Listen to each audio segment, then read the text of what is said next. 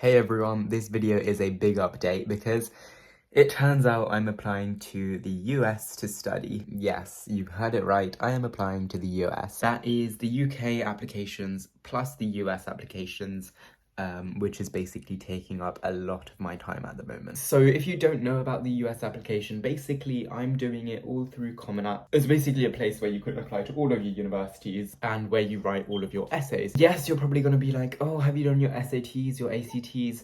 The answer is no, I haven't. I'm applying to all test optional universities, so those that don't require the SAT at all, like the UCs, or those who basically make it optional to submit your ACT or SAT grade. Yeah, it's scary because I've basically put all of my eggs into one basket. I'm applying to all of the Ivy Leagues, or most of them, and that's pretty much it. Do not take this video as if it's advice, because it's not. It's merely a form of entertainment, because honestly, I have no idea what I'm doing.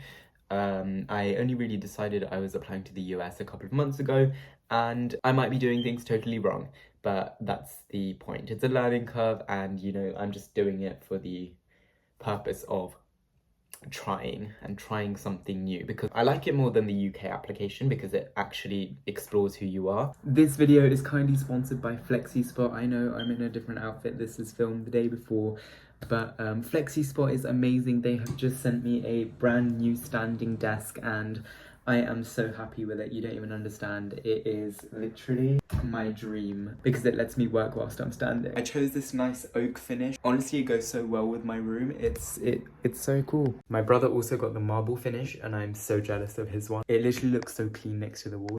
So if you do want a standing desk like mine or my brother's, then I'll leave a link in the description and you can buy it directly from FlexiSpot. So let's talk about the colleges that I'm applying to. So number 1 is Brown University. Number 2 is Columbia.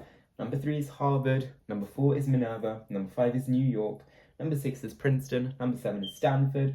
Number 8 is Yale. So yeah, all very, very competitive universities with a very, very low acceptance rate. So it's pretty hard and don't know if I'll get in, but you know, I'm going to try. So the way the application works is you have to do a bunch of supplementary essays, and there's a main essay you have to do, which is called the Common App essay, which I've done, but I need to revamp it because I don't think it's good enough. And you also have all of these supplementary essays you have to do alongside that. So some unis have like 4 supplementary essays that you need to do.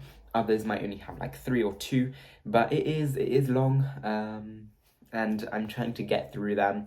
I finally finished my first university application, which is for Brown University. So I will take you through what I wrote. Well, I can't really take you through what I wrote. I'll give you a brief synopsis of what I sort of did in the thing. So the first question that they asked was about Brown's open curriculum. So basically they wanted me to tell me, basically why Brown, that's what they're saying, and tell us about any academic interests that excite you and how I might use Brown's open curriculum to use them. So I talked about classics and Latin and Greek because I love Greek, and I was like, Latin is a dead language, why do you study it? This phrase, study. So I basically just talked about my interest in Latin and Greek and how I would use the open curriculum to explore them, and all of the literature involved. But then I also talked about tapping into my other passions such as economics, and so, and like how Brown's curriculum would help me do so, and give me all of these opportunities and things like that. So that was the first question. The second one was about, tell us about a time you were challenged by a perspective that differed from your own. I'm not going to talk about this because this is very, very juicy. But that took ages to think about. Like the questions that they give, they take so long to think about, it's unreal. It's like, it's such open-ended questions. And the final question was, tell us about something that brings you joy. So basically I talked about the fact that I was teaching a lot of students for free during the pandemic, helping them through their like, tests and exams, especially for Latin, French, English, and sciences. And I basically talked about the fact that teaching brings me joy, and relating it to sort of how rewarding being a teacher is, or being a mentor is, because you're actually inspiring and encouraging younger peers, young students to sort of make a difference. So that's the Brown application. We then have the Columbia University application. I basically drafted it, but I haven't done it properly. So basically, the main questions were like, the one that I think I've done is, why are you interested in attending Columbia? So basically, why Columbia? So I talked about the core curriculum. I also talked about the diverse student body. And then, why, again, I don't know, the thing is, they're so open-ended, I honestly don't know what to write. There's like so many questions, and it's just so weird. Yeah, so I'm not going to talk about Columbia, let's just go on to Harvard. So Harvard's writing statement was, reflect on a time when you or someone you observe had to make a choice whether to act with integrity and honesty. And I knew exactly what I was going to talk about. I was going to talk about the GCSE maths paper being leaked on my Discord server. So I talked about like how I was on a school bus coming home, like not knowing anything had happened. My Twitter was blowing up, and I was like, oh damn, what has happened? Obviously, this is just a brief version. And then like how to act with like the integrity and honesty part. I talked about like how I had to tell the exam boards, things like that, and the effect that had. So I hope that's all right in terms of the in terms of that prompt. The next part of the application, which is actually the first part of the application, is the Common App essay. So this is an essay, I can't remember how many words. So this basically is the essay that it's sent to all of the universities. And I think, let me try pulling it up. Let's go to Grammarly, because you know Grammarly is what saves me. So I chose some students have a background, identity, interest, or talent that is so meaningful, so and so. So I talked about the fact that it's 2020, exams are in 4 weeks, and I haven't started studying. So instead, I'm lying on my bed, a classic unmotivated student, listening to da-di-da-di-da. So I basically talked about online school, the pandemic, and then how that motivated me to start creating content, to try and help other students who are in the same position as me, unmotivated, etc.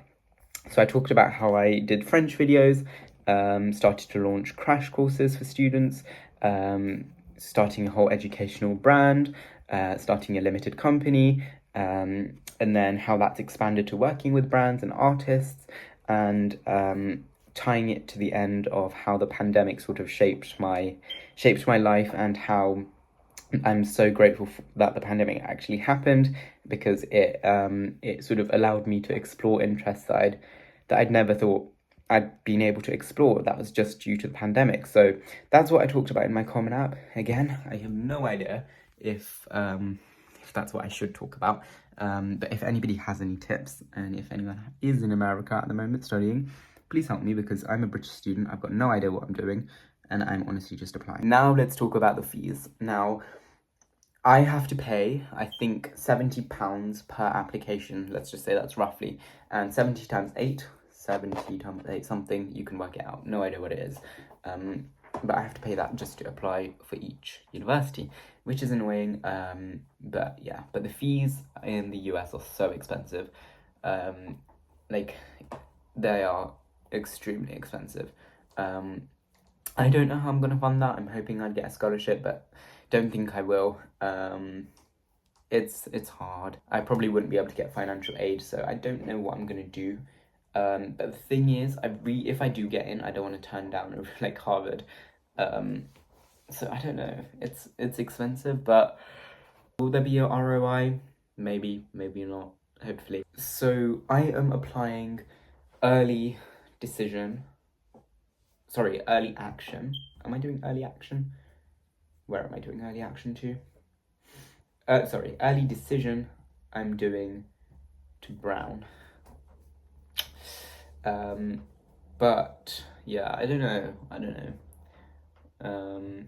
I really want to go to the US because I just want to have that like change, and plus because it offers so many more like opportunities, I guess. Not as in like, by opportunities I mean it's such a good curriculum, I'd say, because it allows you to like choose classes that you have an interest in, rather than the UK where you just have to go into law and stick with law for the rest of your life. No, it's not like that, but the US, it's a lot more liberal, and that's why I want to apply. But again, please take this video with a pinch of salt, because honestly I have no idea what I'm doing, and I'm the one that needs help, not you, because I'm so lost. But yeah, anyway, I hope you have enjoyed this video of pure entertainment of me just rambling on about the US and what I'm currently doing in my life. Oh, the phone doesn't even want me to go there.